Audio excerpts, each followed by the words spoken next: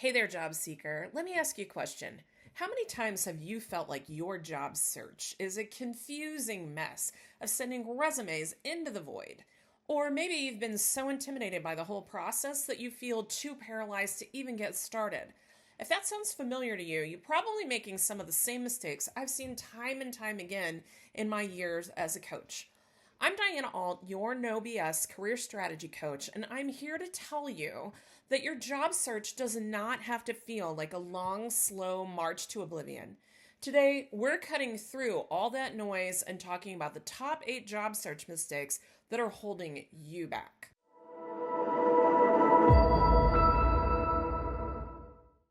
I've broken these mistakes down into 4 themes that every job seeker needs to nail: clarity, mindset, strategy, and connection. We'll cover 2 mistakes in each of these areas so you can walk away with something clear and actionable for each one of the areas. Let's get started with clarity, because if you don't know where you're going, you definitely can't get there.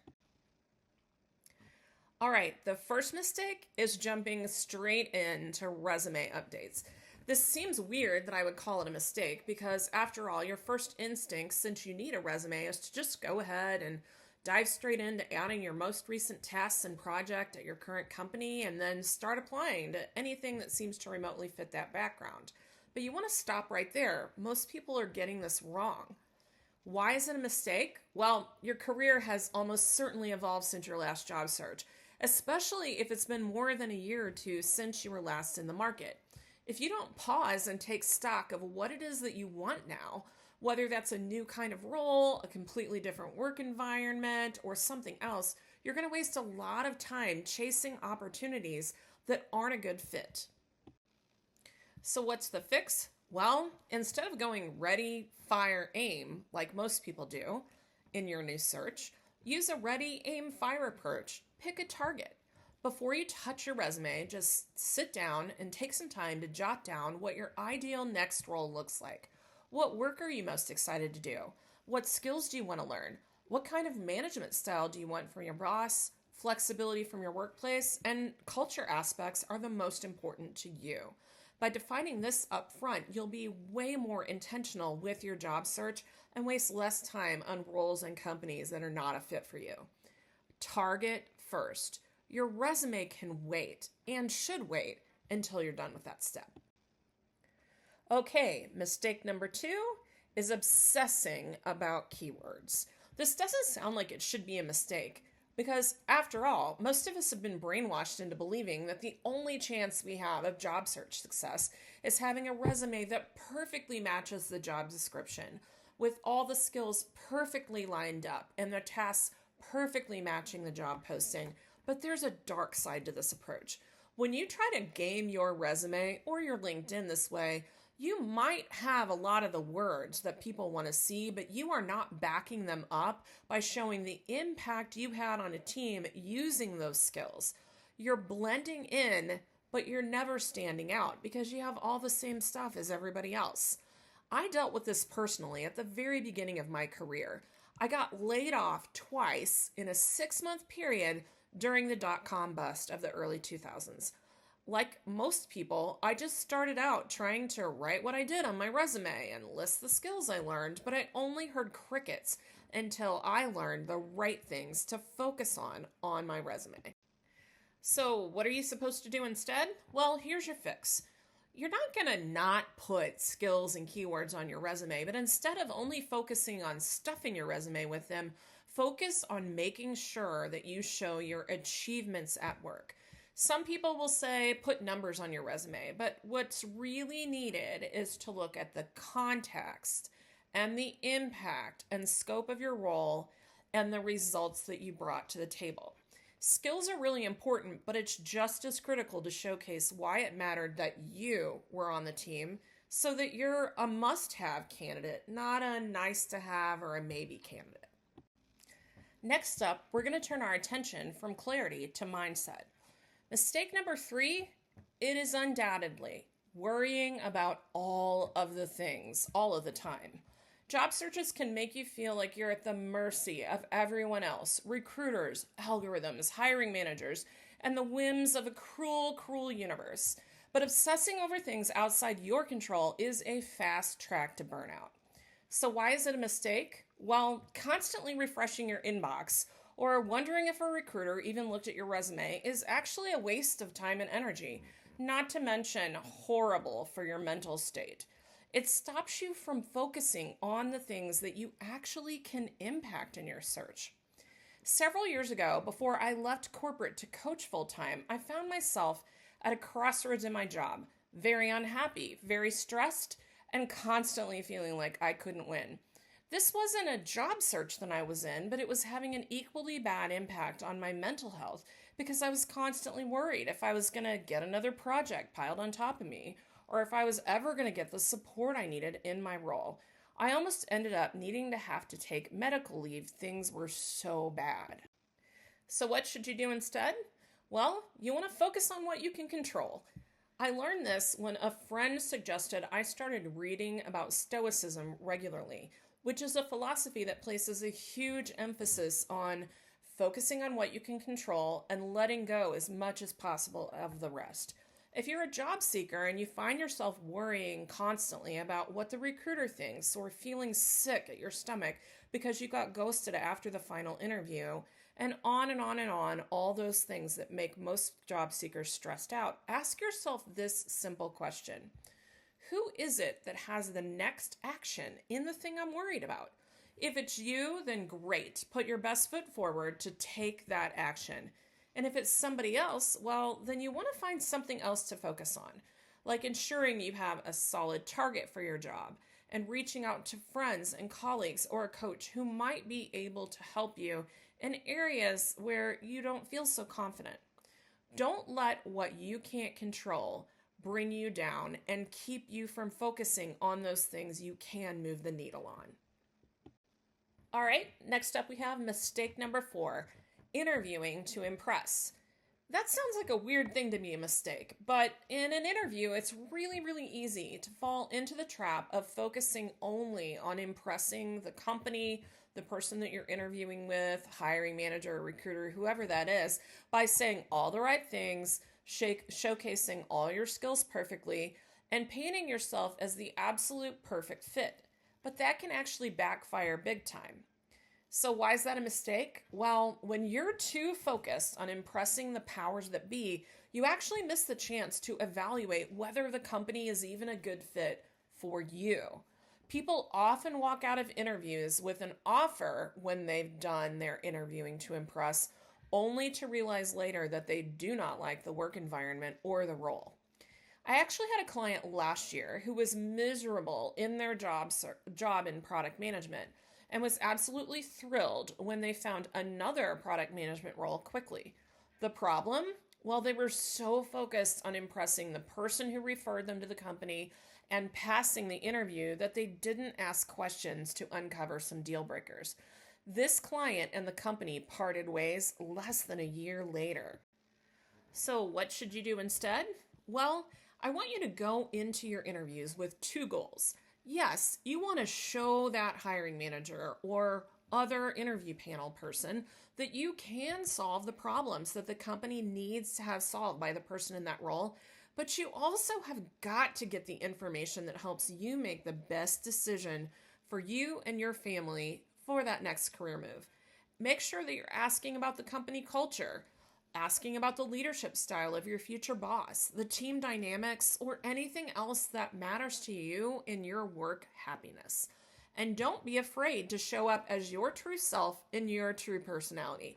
You're going to save everybody a lot of trouble in the long run if you bring the person that is going to come to work to the interview. Remember, the goal of an interview isn't just getting an offer. It's a matchmaking process where you are evaluating if you want to work with them just as much as the other way around. Next up, I'm going to touch on 2 big strategy mistakes. The first one is taking the foot off the gas in your search. What do I mean by that? Well, one of the most heartbreaking mistakes I see job seekers make is finding a role that they love and then pumping the brakes on the search because they are so convinced an offer must be coming their way. So why is that a mistake? Well, baseball great Yogi Berra said it best. It ain't over until it's over. When you slow down your job search process because you fall in love with the job and you think that they love you back, you're putting all your eggs in one basket. If that role doesn't pan out, you'll lose momentum, have no opportunity pipeline, and have to start over from scratch. Nobody wants that. The fix for this one is simple. Just keep your opportunity pipeline going. Continue applying, interviewing, and keeping your options open until you have a concrete, signed written offer in hand and all the contingencies for a background check come back clean. Stay in motion in the search and don't let a single opportunity stop your progress. The next mistake is waiting too long to apply. One of the biggest traps job seekers fall into, especially job seekers that are working full-time and juggling all the things with life and family, is thinking they've got all the time in the world to apply for that awesome role that they found. They want to make their resume and cover letter perfect before applying, or they want to take some time to decide whether they're going to apply, or wait until the weekend when they have more time to send in their application. It's a mistake because in a competitive job market, timing is everything. Waiting too long to apply, whether because you're fine-tuning every detail of your resume or delaying until it's convenient, means you miss that critical first window when companies are reviewing applications. The early bird really does get the worm here.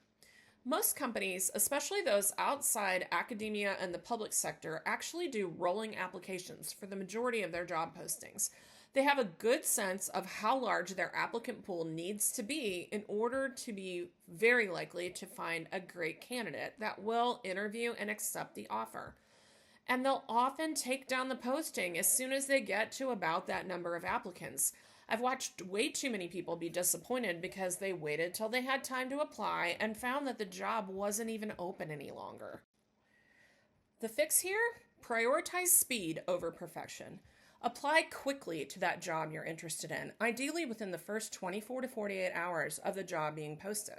If you have a solid job search target and a baseline resume that resonates really well with that target, it becomes much easier to meet this goal, and the number of interviews you win will rise. Don't wait for perfection. A B+ application in the first 24 hours is better than an A++ 3 days later or 7 days later. Okay, now we're shifting to the theme of connection. We just have 2 more mistakes left to talk about. Mistake number 7 is being vague with your networking outreach. Y'all know the drill. You need a job and everyone says network, network, network to find a job, so you start sending emails and LinkedIn DMs to recruiters and colleagues and new people that you meet. This type of outreach is often way too vague to be effective, and it ends up being inbox clutter that nobody wants, so you hear crickets. It's very common for me to hear from my potential clients or friends or people that I'm working with that networking doesn't work, or I pinged the hiring manager after I applied, but it didn't do any good. Time and time again, when I dig deeper, I find that what they're doing is sending messages that say, hey, I'm a insert job title with XYZ years of experience looking for new opportunities. Let me know if you hear of something. And then expecting the person they message to do all the work and to connect the dots. The fix to vague outreach is pretty simple. Be clear and be concise and be specific.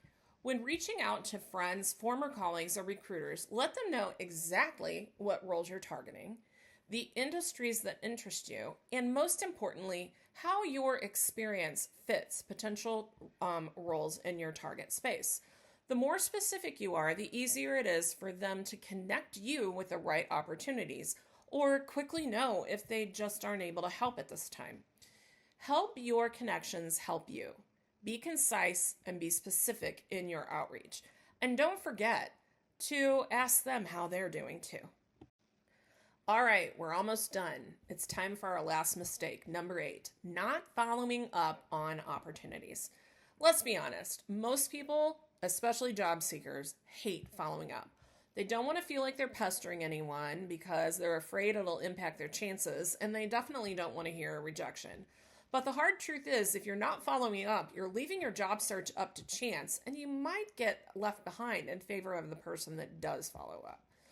Job searching is fundamentally a sales and marketing process, and in sales, follow up is everything.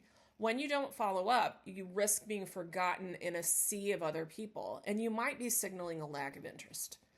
I used to get very nervous early in my career about following up during job searches, especially the times I was on the market due to layoff.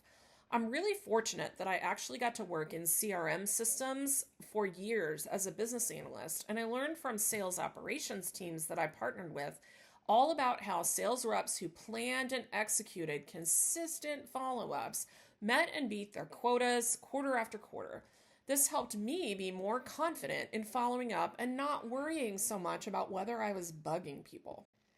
So, what should you do instead? Well, act like a top sales rep. Make follow up a part of your job search routine. After submitting an application, consider it following up in a few days, especially if you have a referral or you know the hiring manager or recruiter name. And after an interview, ask when you can expect to hear back. If you haven't heard back by that date, well, maybe wait an extra day or two because people do get busy. And then check back. You're not being annoying, you're showing that you're engaged and serious about the role. Remember, the squeaky wheel gets the grease. Don't let opportunities slip by because you're afraid to follow up. All right, that's it. Those are 8 of the most common mistakes I see job seekers make every day. And now you know exactly how to avoid them and what to do about them if you've been making them. Whether it's getting clear on your goals, shifting your mindset, refining your strategies, or tightening up your connection and communication, you've now got some new tools to do it right. But remember, knowing them is only half the battle. The real difference comes from taking action.